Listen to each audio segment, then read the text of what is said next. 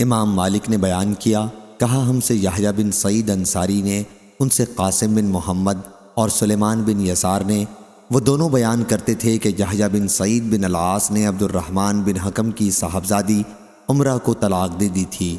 اور ان کے باپ عبد الرحمن انہیں ان کے شوہر کے گھر سے لے آئے۔ عدت کے ایام گزرنے سے پہلے عائشہ رضی اللہ عنہا کو جب معلوم ہوا تو انہوں نے مروان بن حکم کے یہاں، جو اس وقت مدینے کا امیر تھا، کہلوایا کہ اللہ سے ڈرو اور لڑکی کو اس کے گھر جہاں اسے طلاق ہوئی ہے پہنچا دو، جیسا کہ سلیمان بن یسار کی حدیث میں ہے۔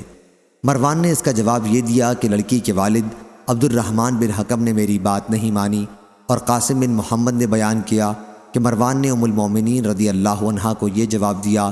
کہ کیا آپ کو فاطمہ بنت قیس رضی اللہ عنہا کے معاملے کا علم نہیں ہے؟ انہوں نے بھی اپنے شوہر کے گھر عدت نہیں گزاری تھی۔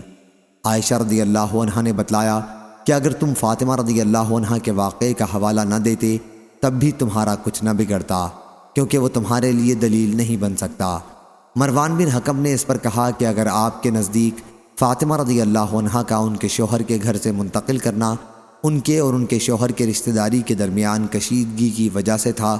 تو یہاں بھی یہی وجہ کافی ہے کہ دونوں میاں بیوی کے درمیان کشیدگی تھی۔ صحیح بخاری حدیث نمبر 5321، 5322۔